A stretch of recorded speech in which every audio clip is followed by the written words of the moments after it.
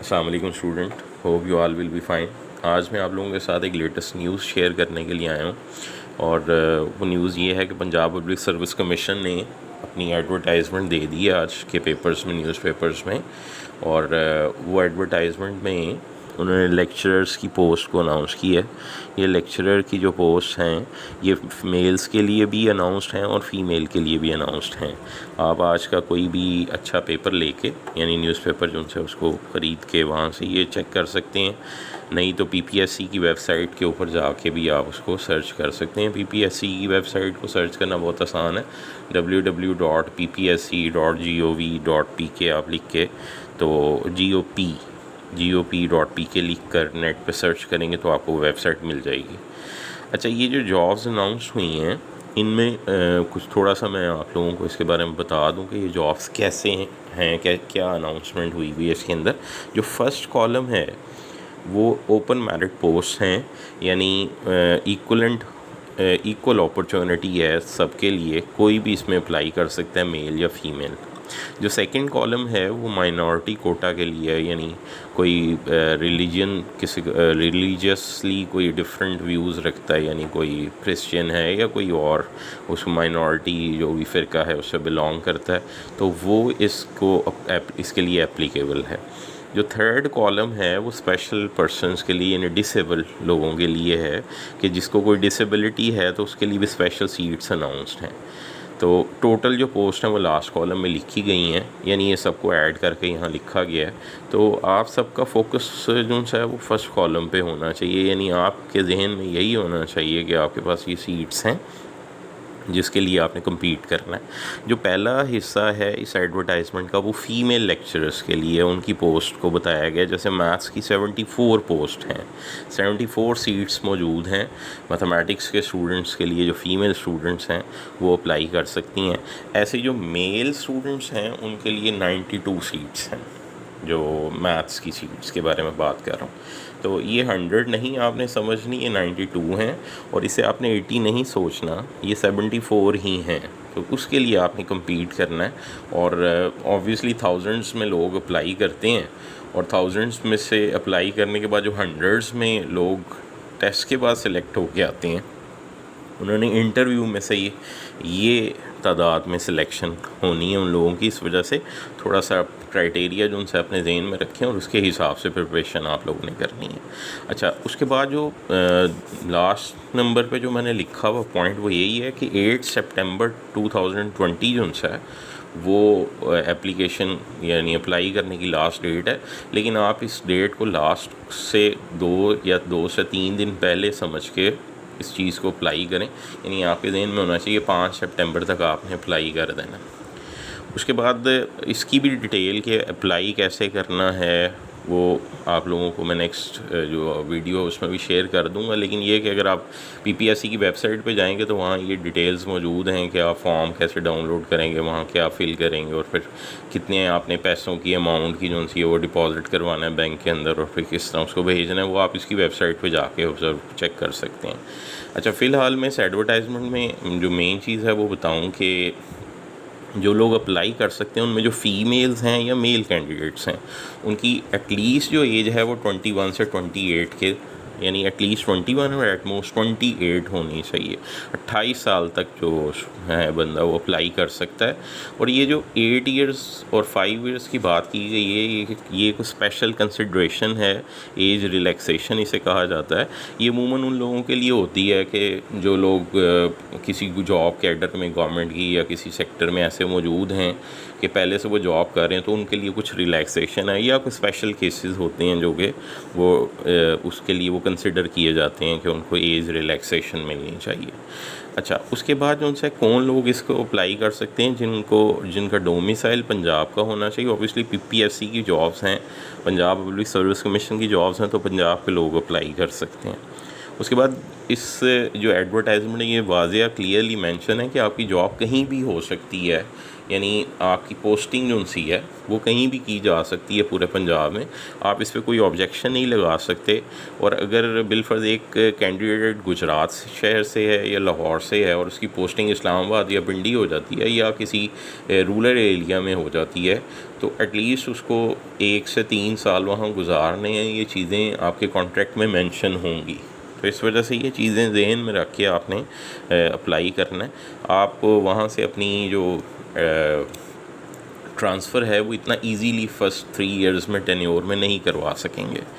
अच्छा, उसके बाद इस एडवर्टाइजमेंट में जो मेन बात पेपर की प्रिपरेशन के लिए, टेस्ट की प्रिपरेशन के लिए मेंशन है, वो भी मैं ज़रा डिटेल में बात कर लूँ कि आपका जो टेस्ट होगा उसमें 80% जो है वो आपकी जो सब्जेक्ट से रिलेटेड क्वेश्चनिंग की जाएगी, और जो 20% आपकी जो टेस्ट का हिस्सा होगा वो आपका जनरल नॉलेज से रिलेटेड क्वेश्चंस किए जाएंगे। तो ये जो आज की जो मैं वीडियो बना रहा था, जो आपके सामने पेश कर रहा हूँ, उसका मेन मकसद यही था कि ये टेस्ट की प्रिपरेशन की कैसे जाएगी। स्टूडेंट्स के बहुत से मैसेजेस सुबह से आ चुके हैं, तो मैं उन्हीं के लिए ही बात कर रहा हूँ, और ये स्पेशली उन लोगों के लिए है, और बाकी लोग भी इस चीज़ को ऑब्ज़र्व कर लें कि टेस्ट की प्रिपरेशन कैसे करनी है आपने। तो सबसे पहली जो चीज़ आप लोगों के ज़हन में होनी चाहिए कि टेस्ट जो है उसका जो सब्जेक्ट का पोर्शन है, यानी सब्जेक्ट के जो मार्क्स हैं वो 80% हैं, और 80% जो मार्क्स हैं उसमें जो पहले नंबर पे बात है वो की जाए मास्टर्स लेवल की। तो 80% जो आपके सब्जेक्ट का पेपर होगा उसमें जो 50% पोर्शन होगा वो मास्टर्स लेवल से रिलेटेड होगा। तो इसका मतलब ये है कि हाफ़ जो आपका जो पेपर है वो इस पे बेस करेगा मास्टर्स लेवल के ऊपर, यानी MA MSc से रिलेटेड जो आपने पेपर्स पढ़े हैं उन पे आप फोकस करेंगे, तो 50% उनसे रिलेटेड पेपर उनसे वो आपका आएगा। 30% जो पेपर है वो ग्रेजुएशन लेवल से पूछा जाएगा, और बाकी जो 20% है वो इंटर लेवल से रिलेटेड होगा।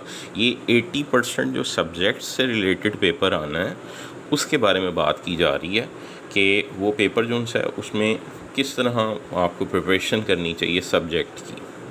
अच्छा, उसके बाद जो टेस्ट होगा वो आपका MCQ टाइप टेस्ट होगा, और इस MCQ टाइप टेस्ट में 100 MCQs होंगे और 90 मिनट्स का वो पेपर होगा। और PPSC ने अपनी वेबसाइट पे MCQs टाइप के टेस्ट जो उनसे PDF फॉर्मेट में दिए हुए हैं। आप में से कोई अगर वो फॉर्मेट देखना चाहे तो उसे वेबसाइट सर्च करनी चाहिए। और मैं सबको ये वैसे एक मशवरा दे रहा हूँ, एक सजेशन दे रहा हूँ कि जो लोग ये टेस्ट में अप्लाई करना चाहते हैं उनको लाजमी रोज़ाना की बुनियाद पे PPSC की वेबसाइट को सर्च करना चाहिए, देखना चाहिए, आपका ये मामूल बन जाना चाहिए। और संडे का कोई पेपर आपके पास मस्ट होना चाहिए, न्यूज़पेपर आप संडे का लगवाएं, वो आपको देखना चाहिए। अच्छा, ये जो इसका मतलब है 100 MCQs में से जो 80 MCQs हैं वो सब्जेक्ट से रिलेटेड होंगे, और 20 MCQs जो से हैं वो आपके जनरल नॉलेज से रिलेटेड होंगे। उन 80s के जो MCQs हैं उनका ये पोर्शन मैंने मेंशन किया है। हाँ, इससे आगे अगली बात कि जनरल नॉलेज को कहाँ से प्रिपेयर किया जाए। जनरल नॉलेज जो 20% आपका इन्वॉल्व होगा पेपर में, उसके लिए कैसे उसको कहाँ से प्रिपरेशन करनी चाहिए। तो उसके लिए मैं बता रहा हूँ कि कुछ वेबसाइट्स हैं जो मैंने यहाँ मेंशन की हैं। आप इन वेबसाइट्स पे जाकर ये चेक कर सकते हैं। वहाँ काफ़ी डिटेल में ये बातें बताई गई हैं कि PPSC के टेस्ट के लिए जो उनसे MCQs जो जनरल नॉलेज से रिलेटेड है वो किस तरह की आ सकती हैं। उनमें पहले नंबर पे jobspapers.com एक वेबसाइट है, वहाँ से आप चेक कर सकते हैं, अच्छी वेबसाइट है। दूसरे नंबर पे FSConline.info है। उसके बाद PPSC के पास्ट पेपर्स की भी एक वेबसाइट बनी हुई है, वहाँ से आप इसे देख सकते हैं। ये general knowledge questions personality related, parts of world related, everyday science से रिलेटेड किसी भी किस्म के हो सकते हैं।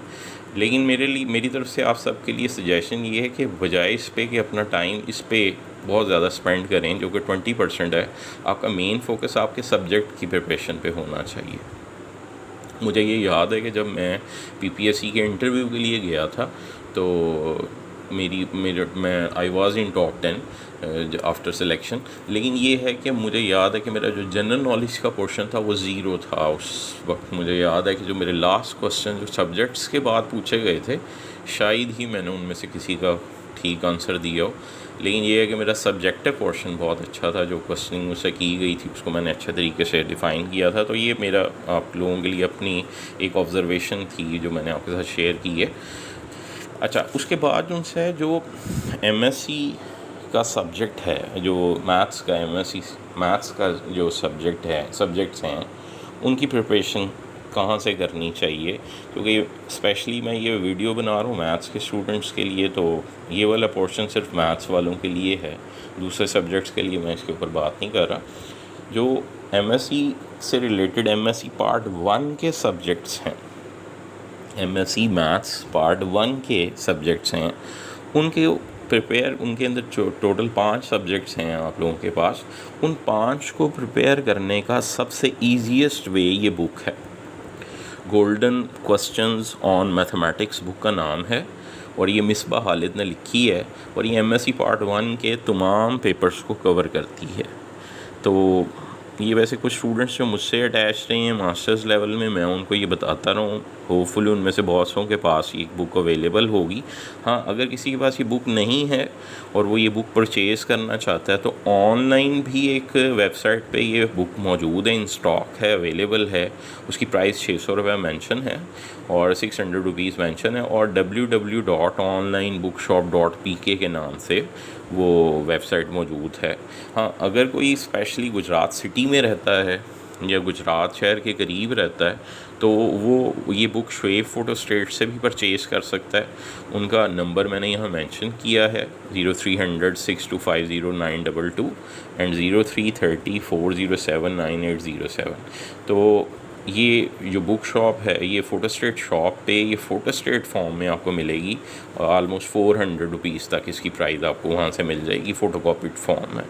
अच्छा, उसके बाद ये है कि ये कॉन्टैक्ट नंबर के बाद मैंने यहाँ बताया कि ये एड्रेस इसका अजीज़ भट्टी हॉस्पिटल के बिल्कुल साथ गुजरात सिटी में भिम्बर रोड के ऊपर है, और मरगज़ार गर्ल्स कॉलेज है, काफ़ी फेमस है कॉलेज, यूनिवर्सिटी ऑफ गुजरात का।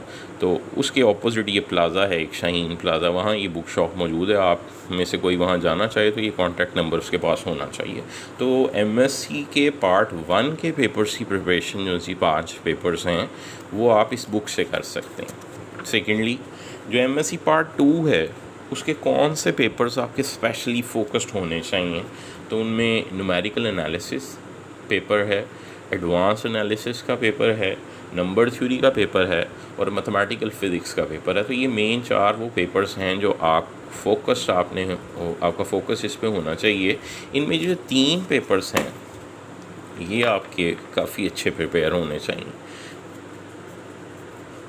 तो नंबर 3 चूँकि ऑप्शनल पेपर में आ जाता है, तो ये कंपलसरी टाइप के पेपर्स हैं, numerical analysis, advance analysis, mathematical physics. तो जो लोग न्यूमेरिकल एनालिसिस के सब्जेक्ट को डीपली देखना चाहते हैं, वो शुएब फ़ोटो स्टेट के ऊपर मेरे लिखे हुए नोट्स को परचेज़ कर सकते हैं, न्यूमेरिकल एनालिसिस से रिलेटेड। मेरा नाम लेके वहाँ से आप ये परचेज़ कर सकते हैं। तो ये तो था एमएससी पार्ट 2 के सब्जेक्ट के बारे में बात।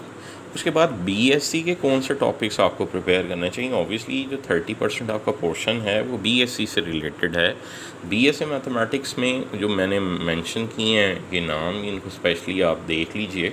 इन्फिनिट सीरीज़ है टॉपिक, डिफरेंशियल इक्वेशंस है, कम्प्लेक्स नंबर्स हैं, स्ट्रेट लाइंस, प्लेन, और ये जो प्लेन और लाइंस हैं ये आपकी कैलकुलस की बुक के चैप्टर 8 के तौर पे हैं बीएससी लेवल में। उसके बाद डिफरेंशिएशन, इंटीग्रेशन का टॉपिक हैं, ऑब्वियसली एवरग्रीन टॉपिक है, limit, continuity and differentiation, integration. ये चीज़ अपने ज़हन में रखें कि ये आपके स्ट्रॉन्ग एरिया होने चाहिए। और अगर कोई इंटीग्रेशन को देखना चाहता है उसके आप टाइप वाइज कह लें, टाइप वाइज देखना चाहता है, तो ये भी शुएब फ़ोटो स्टेट वाले के पास इंटीग्रेशन के मेरे बीएससी लेवल के नोट्स, वहाँ से आप ये चेक कर सकते हैं, ये अच्छे आपको गाइडलाइन दे सकते हैं। उसके बाद एरिया, वॉल्यूम ऑफ सरफेस, ये आप लोगों ने देखा volume of surface of revolution, area of surface of revolution, तो ये चीज़ें आपको आनी चाहिए।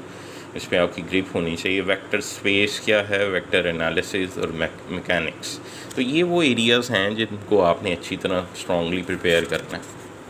उसके बाद इंटर लेवल का जो आप लोगों के टॉपिक्स प्रिपेयर होने चाहिए, उनमें फिर वही दो तो वही हैं, limit and continuity and differentiation integration. तो ये एवरग्रीन टॉपिक्स हैं, ये आपकी ग्रिप में होने चाहिए। इसके अलावा वेक्टर्स हैं, उसके बाद ट्राइगोनोमेट्री है, सीक्वेंस एंड सीरीज़ का टॉपिक है, उसके बाद क्वाड्रेटिक इक्वेशंस का टॉपिक है, स्ट्रेट लाइन से रिलेटेड आपको पता होना चाहिए, जो चैप्टर 4 भी है सेकेंड ईयर की बुक के अंदर। उसके बाद फैक्टोरियल, परमुटेशन, कम्बिनेशन, ये टॉपिक आपके जहन में होने चाहिए, इसको प्रिपेयर करना है आपने। उसके बाद बाइनॉमियल थ्योरम, ट्री डायग्राम, कल मैंने एक वीडियो शेयर की थी ट्री डायग्राम की, वो आपको आनी चाहिए, बहुत फ़ायदा देगा आपको ये वाली वीडियो जो मैंने लास्ट में शेयर की हुई है। अच्छा, तो ये वो चीज़ें हैं जो सब्जेक्ट से रिलेटेड हैं। होपफुली आप लोगों को काफ़ी इन्फॉर्मेशन मिल चुकी होगी। फिर भी किसी स्टूडेंट को अगर कोई इन्फॉर्मेशन चाहिए हो तो वो मुझसे कांटेक्ट कर सकता है। बहुत शुक्रिया। अस्सलाम वालेकुम।